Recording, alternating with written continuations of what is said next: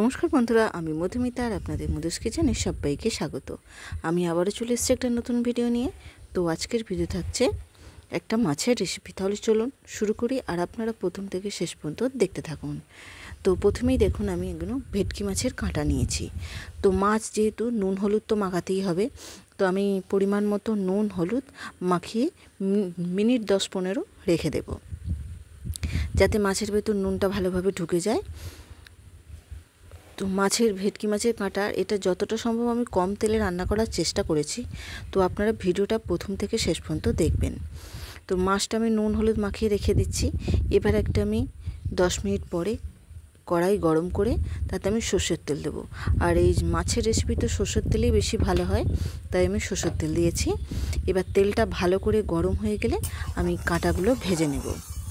আগে ভালো করে কড়াইটা গরম করে নিয়েছি, তারপরে আমি তেলটা দিয়েছি, দিয়ে এবার আমি মাছগুলো ভেজে নিচ্ছি।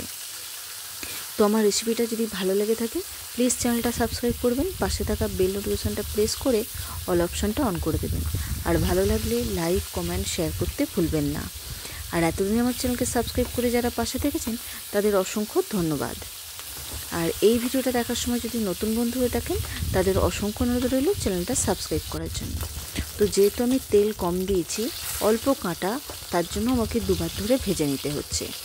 এটা তেল বেশি দিলে হয়তো একবারই আমার ভাজা হয়ে যেত।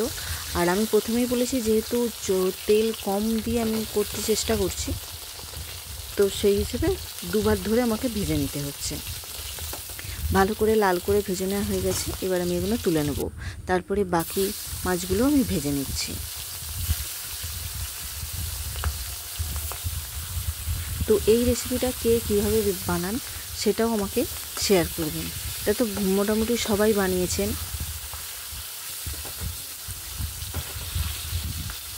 এবার এই কাঁটাগুলো আমার ভেজে নেওয়া হয়ে গেছে, আমি তুলে নিচ্ছি।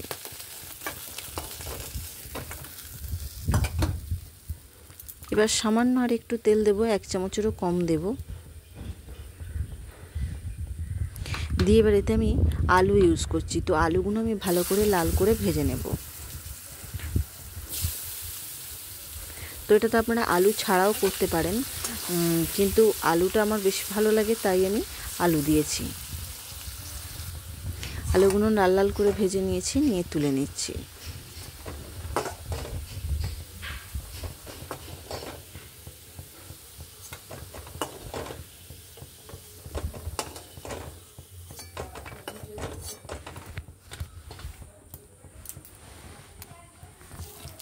এবার আমি ওই বাকি তেলে একটা তেজপাতা, একটা শুকনো লঙ্কা, গোটা জিরে আর গোটা গরম মশলা দিয়ে আমি ফোড়নে দিলাম। ফোড়নটা আগে ভালো করে হয়ে গেলে তারপরে আমি একটা মিডিয়াম সাইজের পেঁয়াজ সরু সরু করে কুচি করে রেখেছি, সেটা দিয়ে দিচ্ছি।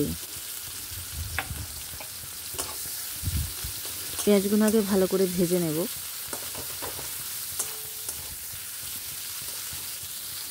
পেঁয়াজগুলো একটু লাল হয়ে যাবার পর দেখুন আমি একটা মিডিয়াম সাইজের টমেটো নিয়েছি, সেটাও পাতলা পাতলা করে কেটে রেখেছি, সেটাও দিয়ে দিলাম।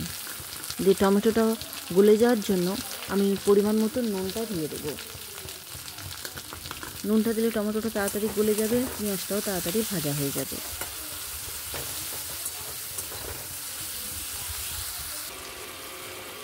টমেটোটা গলে গেছে। এবার আমি যাতে রান্নাটা হয়ে যাওয়ার পর উপর থেকে লাল রঙটা বজায় থাকে তার জন্য তেলের ওপর আমি কাশ্মীরি লঙ্কার গুঁড়োটা দিচ্ছি, পরিমাণ মতো হলুদ আর লাল লঙ্কার গুঁড়ো। তো গ্যাসটা একদম সিমে করে এই গুঁড়ো মশলাটা দিতে হবে, দিয়ে নাড়াচাড়া করে নিতে হবে। যদি তেলের ওপর কাশ্মীরি লঙ্কা, হলুদ আর লাল লঙ্কার গুঁড়োটা দেওয়া যায়, রঙটা ভীষণই লাল আসে আর তেলটাও সুন্দরভাবে ছেড়ে আসে, সে আপনি যত কমই তেল দিন না কেন। এবার আমি দিচ্ছি আদা রসুন, আর এর সঙ্গে আমার 2টো শুকনো লঙ্কার পেস্ট করা ছিল, সেটাও আমি দিয়ে দিলাম। আর আপনারা ঝালটা যে যার মতো দিয়েবেন, কেননা আমি আগে একটু লাল লঙ্কার গুঁড়ো দিয়েছি, আবার আদা রসুনের সঙ্গে আমার শুকনো লঙ্কার পেস্ট ছিল। দিয়ে ভালো করে মশলাটা তেল ছেড়ে যাওয়া পর্যন্ত আমি কষিয়ে নেব। এবার মশলা থেকে তেল ছেড়ে দিয়েছে, স্বাদ মতো চিনি আর মাছের কাঁটা আর আলুটা দিয়ে আরও 2 থেকে 3 মিনিট ভালো করে কষিয়ে নেব।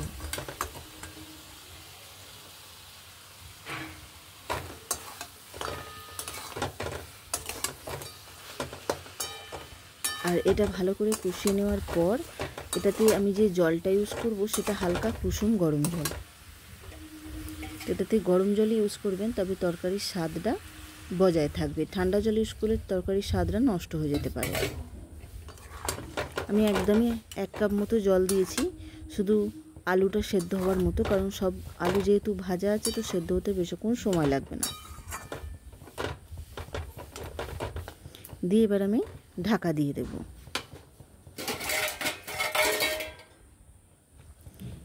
ঢাকা দিয়ে মিনিট 5 রেখে দেবো, গ্যাসটা মিডিয়াম ফ্লেমে করে। তো দেখুন সব আলু আমার সিদ্ধ হয়ে গেছে, জলটাও অনেকটা শুকিয়ে গেছে।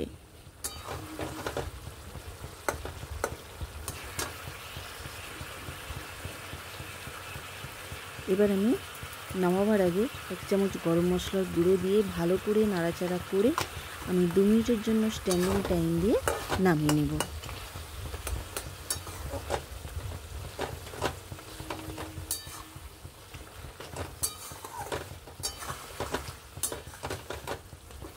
তোমার রেসিপিটা সম্পূর্ণ তৈরি হয়ে গেছে।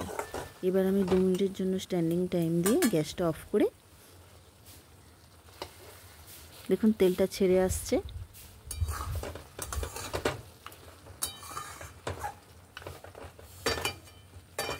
আমার ভিডিওটা সম্পূর্ণ তৈরি হয়ে গেছে। পুরো ভিডিওটা দেখার জন্য অসংখ্য ধন্যবাদ।